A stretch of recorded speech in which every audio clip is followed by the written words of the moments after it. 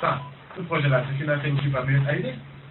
Est-ce que c'est une manipulation de l'USAID pour que les Sénégalais comprennent maintenant dans leur langue nationale le loi de règlement? Je pense qu'il faut parfois que les gens aient une raison de garder. Je ne fais pas la promotion de n'importe quelle.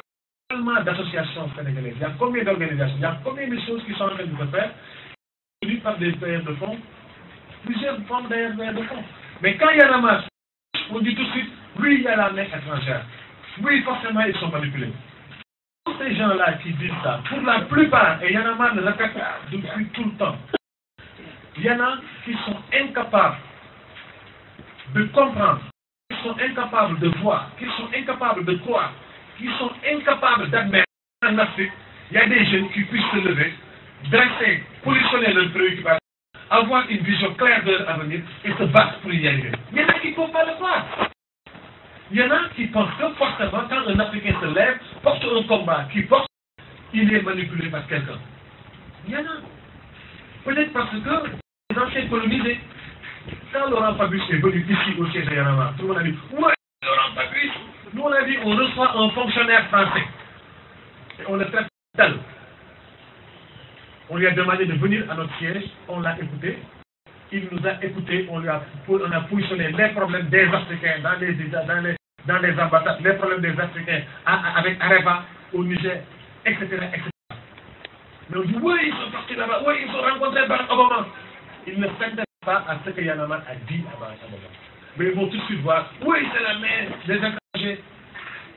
Devant celui-même qui essaie de nous manipuler, nous, on est serein parce qu'on sait que personne ne peut nous manipuler. Les gens peuvent tenter maintenant. Mais nous sommes tellement forts dans nos convictions.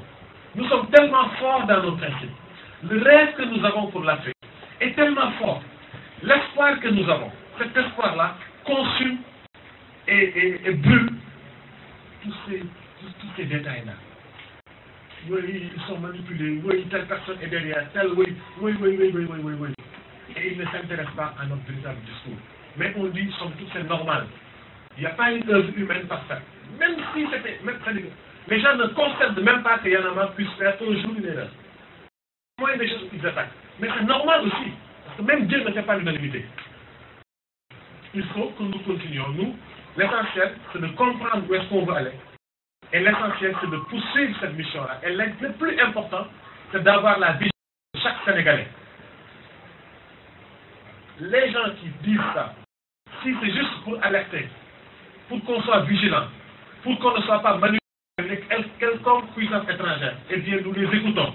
Et qu'ils sachent qu'on est aussi de la même manière, comme on est préoccupé, on ne veut pas être manipulé, on ne se laissera pas manipulé. Maintenant, s'ils le disent parce qu'ils veulent juste détruire Yanama, s'ils le disent parce qu'ils veulent juste ne plus entendre la voix de Yanama parce que ça les dérange, eh bien c'est peine perdue. Parce que j'ai l'habitude de le dire, c'est comme l'or et le feu.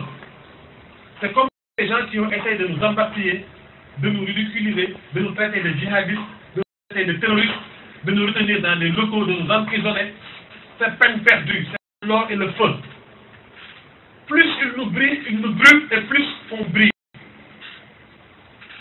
Ils peuvent toujours essayer, mais nous essayons toujours de rester nous-mêmes et de rester forts sur ces principes-là, en continuant à écouter les gens qu'on doit écouter, en continuant à s'ouvrir à travers avec toutes les associations qui portent les mêmes principes et les mêmes valeurs que nous.